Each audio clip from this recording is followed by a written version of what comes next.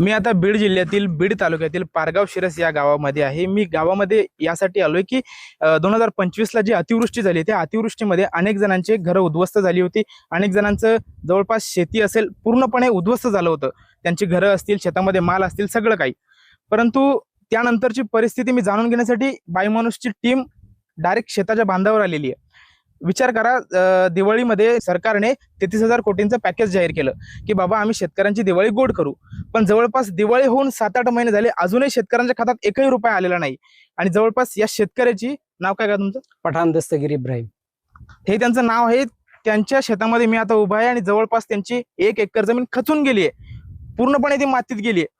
सांगू शकत नाही अशी परिस्थिती आहे। आता त्यांच्याकडनं आपण ती घटना ऐकूया, नेमकी काय त्या दिवशीची परिस्थिती ती काय होती। रात्रीचा पूर आला काका आणि इथे केटीवेर आहे छोटा, त्या केटीवेर पूर्ण ब्लॉक झाला आणि नदीनी प्रवाह सगळा इकडं आपल्या शेताकडे केला आणि त्यात सगळे झाड झुडप, शेतातला कापूस आणि ही जमीन पूर्णच वाहून गेली। म्हणजे काय राहिलंच नाही शिल्लक, नुसते दगड आणि रोड आहे।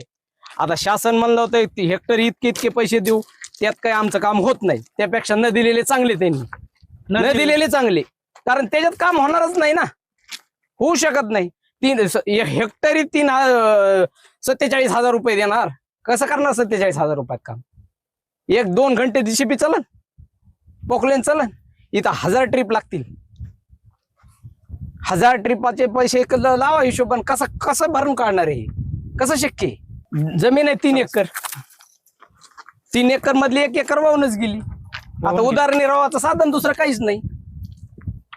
बरं, पंचनामा करायला आलो होतो? पंचनामा 3 वेळेस झालाय, 3 वेळेस पंचनामा झालाय। बापरे। तलाठी काकांनी पंचनामा 3 वेळेस केलाय, परत एक इंजिनियर आले त्यांनी पंचनामा केला, परंतु अजूनही रुपया मिळालेला नाही। एकही रुपया मिळालेला नाही। तुम्ही काय पाठपुरावा केला नाही का? कोणासोबत करायचा पाठपुरावा? आमच्या हात तिथपर्यंत जातात का? कुणासोबत करायचा पाठपुरावा? तलाठी काकाला विचारलं, ते मध्ये पाठवलंय, मी पाठवलंय, तर कुठं पाठवलंय हे मी माहित नाही आम्हाला। किती आहे साधारणतः? हे 1 एकर 1.25 एकरच्या आसपास वाहून गेले पूर्ण, म्हणजे 10 फूट खड्डाच पडला इथं। तर मग आता तुम्हाला हे दुरुस्त करावं लागेल, की साधारणतः किती खर्च येऊ शकतो तुम्हाला? त्याला साधारण 10 लाख रुपये, 10 ते 12 लाख रुपये खर्च येणार। 10 ते 12 लाख? सरळ 10 ते 12 लाख रुपये। सरकार किती देत आहे? सरकार कुठे देते? सरकार नुसते आश्वासन देते। सरकार द्यायचा काय संबंध आहे? नुसते आश्वासन आहेत। द्यायचंच असतं तर 7 महिने गेले असते घ्यायच्यात।